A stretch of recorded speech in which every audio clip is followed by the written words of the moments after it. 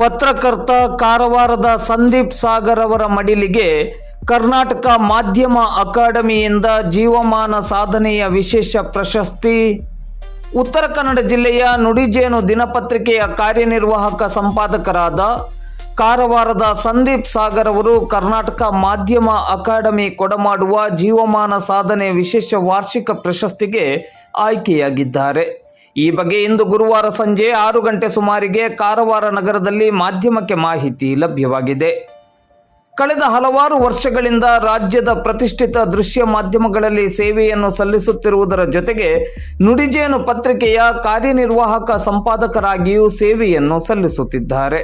ಮಾಧ್ಯಮ ಕ್ಷೇತ್ರದಲ್ಲಿ ಅವಿರತವಾಗಿ ಸೇವೆಯನ್ನು ಸಲ್ಲಿಸುತ್ತಿರುವುದನ್ನು ಪರಿಗಣಿಸಿ ಈ ಪ್ರಶಸ್ತಿಗೆ ಕರ್ನಾಟಕ ಮಾಧ್ಯಮ ಅಕಾಡೆಮಿಯು ಸಂದೀಪ್ ಸಾಗರ್ ಅವರಿಗೆ ಈ ಪ್ರಶಸ್ತಿಯನ್ನು ಘೋಷಣೆ ಮಾಡಿದೆ.